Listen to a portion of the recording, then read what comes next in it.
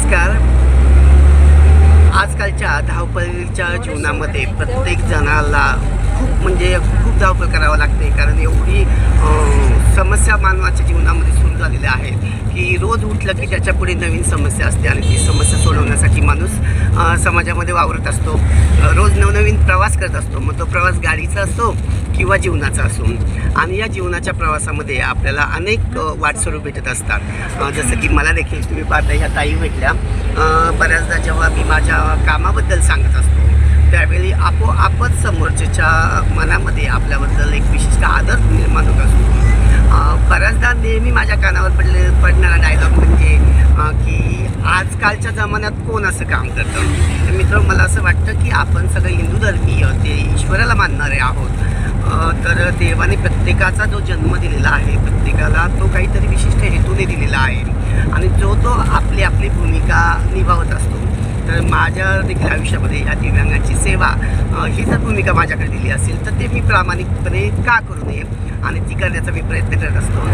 जेव्हा मला तुम्हाला हे सांगायचं की जेव्हा प्रवासाला जातो तेव्हा वेगवेगळे लोक भेटत असतात आणि मग ते नेहमीच सांगत असतात की माझ्याही घरामध्ये आहे असा मुलगा किंवा माझ्या आजूबाजूला आहे, माझ्या नातेवाईकांमध्ये आहे. तर अनावधानाने किंवा ओघाने समोरची व्यक्ती लगेच त्या व्यक्तीबद्दल आपल्याला माहिती देत असतो. आपण देखील आपल्या संस्थेबद्दल माहिती देत असतो. पण मित्र, समस्या अशी असते की जी व्यक्ती असते ती तात्पुरत्या स्वरूपात आपल्याशी चर्चा करते, एक आपुलकी म्हणून बोलते आणि घरी गेल्यानंतर ती विसरून जाते. आणि बऱ्याचदा आम्ही देखील त्या लोकांशी अगदी प्रामाणिकपणे बोलत असतो, माहिती देत असतो. पण होतं असं की जोपर्यंत म्हणजे दिव्यांग बांधवांबद्दल निर्णय घेण्याचा अधिकार हा त्याच्या आईवडिलांना असतो, म्हणजे त्याच्या पालकांना असतो. आणि मग आता तुम्ही पाहताय, समजा ह्या मावशी आहेत तर ह्या सांगतात की माझ्या जावेचा मुलगा आहे, कोणतरी म्हणतो माझ्या मित्राचा मुलगा आहे.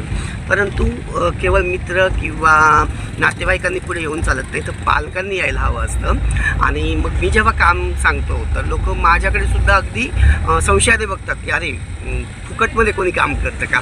तर मित्र, हो, मी फुकटच काम करतो. त्याचं कारण असं आहे की मी उच्च शिक्षित आहे, मी आर्थिकदृष्ट्या सक्षम आहे. मग थोडंसं समाजासाठी काम करायला काय हरकत आहे या भावनेने मी काम करत असतो.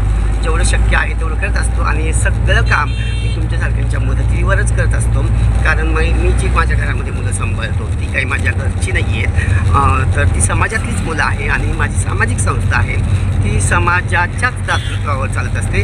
त्यामुळं समाजाची ही जबाबदारी आहे असं मला तरी वाटतं. तर त्यामुळं आपलं काम करत राहायचं. लोक संशयाने बघत असतात, ते विचारत असतात आणि त्यामुळं आपण आपलं काम प्रामाणिकपणे करायचं.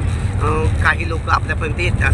फक्त जेव्हा मी स्वतःहून काम करतो म्हटलं की लोकांना असं वाटतं की मला काहीतरी शासकीय अनुदान असेल किंवा शासनाकडे काही पगार पाणी मिळत असेल किंवा एखादी मोठी व्यक्ती मला आर्थिक सपोर्ट करत असेल आणि त्यामुळं मग लोक थोडं बिचकतात, घाबरतात.